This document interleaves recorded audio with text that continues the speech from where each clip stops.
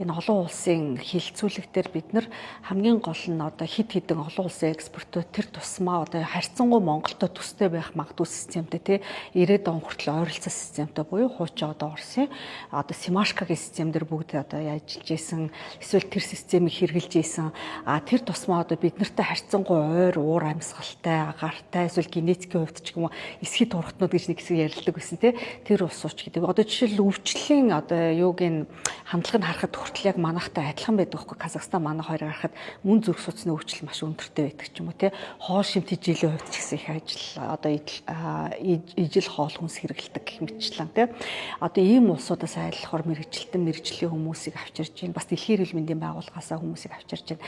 Ингэсний үндсэн дээр одоо Монголд хийгдсэн өөрсдийнхээ хийсэн судалгааны ажлууд бие даасаа одоо судлаач эрдэмтдийн тий тэр судалгааны мэдээлэл эдгээрийг бүгдийг нэгтгээд үндсэндээ хуулиндаа яг хүн төвтэй гэж юугаа хэлээд байгаа юм бэ тий ер нь хүн төвтэй чанар гэж юу юм тий хүртээ хэмж гэж юу юм хүн төвтэй хариуцлага гэхээр юугаа хэлээд байгаа юм яагаад хүнийг өөрийн дээдлэх ёстой хүн өөртөө одоо шийдвэр гаргахын мэдээллийг өгөх шаардлагатай энэ нь одоо эцсийн зорилго нь яг юу байх гэсэн бэ тий эдгээр дээр илүү төвлөрсөн тэрийг бүр хуульдаа анханасаа заасан буюу одоо жишээл 2016 оны эрүүл мэндийн биш эмнэлгийн тусламж үйлчилгээний хууль дээр гээд харахад чанар гэсэн үгийг юусаа зааж өгөөгүй байхгүй. Тэгэхээр бид нар салбараасаа ч юм уу хүмүүсээс ч юм уу энийг шаардаад чанарын тухай гэж хин ч ярихгүй, хин ч энийг тооцохгүй, хин ч энийг хэмжиж үзэхгүй байх нь аргагүй байхгүй. Анханасаа хуульдаараа чанар гэж яг юугаа хэлээд байгаа. Хүртээмж гэж юугаа хэлээд байгаа. Хариуцлага тогтолцоо гэж юугаа хэлээд байгаа тий. Засаглал нь ямар байх хэвээр. Яагаад магадгүй өмнө одоо засаглалыг зааж өгөө төлөөлөл удирдах зөвлөлтөй байх ёстой гэж заачаад байхад энэ хэрэгжихгүйгээр ингэж 9 жил явчаад байгаа.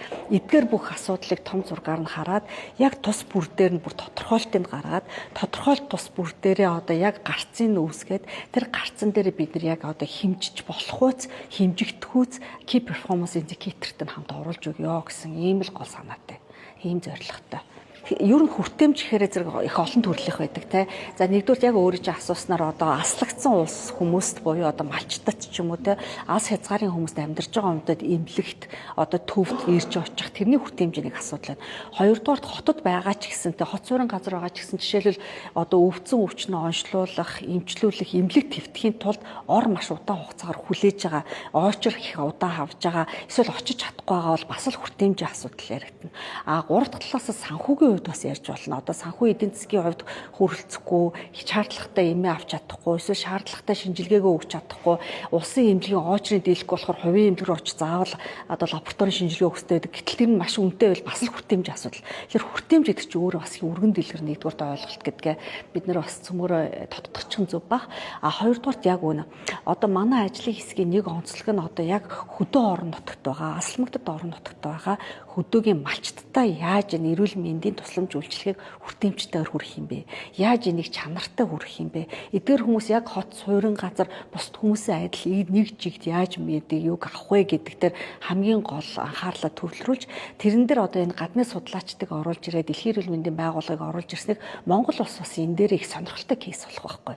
Үнэхээр бидний одоо энэ ярьж байгаа модель хөдөө орон нутаг малчтад хүртээмжтэй сайн байдлаар орж чадах юм бол бусад улс оронд модель болох боломж байна уугүй гэдгийг судлаад репорт хийгээд магадгүй эрдэм шинжилгээний юм ажил болохын юм төвшөнд бас бид нэр их сонирхож ярилцаж олон нийтттэйгээ ингэж харьцаж явж байгаа. Ер нь бол бид нар энэ малчтын асуудлуудыг ярихдаа энэ чанарын асуудлыг ярихдаа тий өргөх ч юм уу тосхных ч юм уу эсвэл хөдөө орон нутгийн одоо яаралтай тусламжих ч юм уу тий төргөний ч юм уу эдгээр ажлуудыг ярихад нийтэд нь бид нар нэг цогц асуудлаар нь ярихгүй болохгүй болчиход байгаа. Баг зэргийн одоо жишээлбэл юу гэдэг нь төвлөрийг сааруулнаа ч гэдэг юм уу эсвэл тийм процедурын хувьд те ийм ажлуудыг хийнэ гэд ингээд заагаад явчихаар зэрэг бид нар нөгөө том зургаараа нийтэд нь одоо яг тэр сая ярьж исэн хоёулаа те ийм 6 тогтолцооны юмнууд байгаа шүү дээ те чанар гэж байгаа, хүртээмж гэж байгаа, хариуцлага гэж байгаа, санхүүгийн аюулгүй байдал гэж байх хэвээр засаглал нь тодорхой байх хэвээр нөөц буюу тэр чинь ийм хүний нөөцтэй эдгээр нь бүгдийг нийгжээд хаана амьдарч байгаасаа үйл хамааран хүргэх энэ загварыг бий болгох чинь л эцээ тийм тогтолцооны асуудал болоод байгаа байхгүй.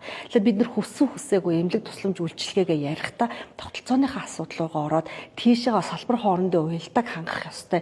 Энэ бусад эрсдэлт хүчин зүйлүүдэд ч гэсэн давхар хамт том зургааг нь харж явах ёстой. Тэрний тулд бид нар энэ хүрээг гаргаж фреймворк гэж яриад байгаа. Ер нь санаа нь. Эерэг бүхнийг Сүбэдэ Цэгмэнэс